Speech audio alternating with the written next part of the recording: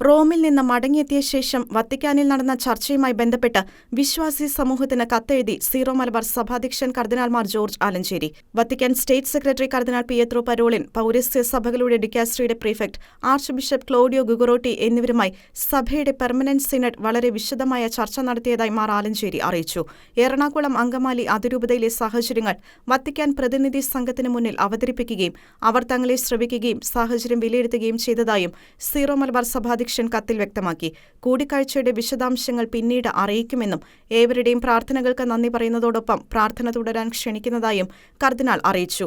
അതോടൊപ്പം സഭയുടെ ഐക്യത്തെ തകർക്കുന്ന വിമർശനങ്ങളും ഊഹാപോഹങ്ങളും ഒഴിവാക്കണമെന്ന് അഭ്യർത്ഥിക്കുന്നതായും മാർ ജോർജ് ആലഞ്ചേരി കൂട്ടിച്ചേർത്തു.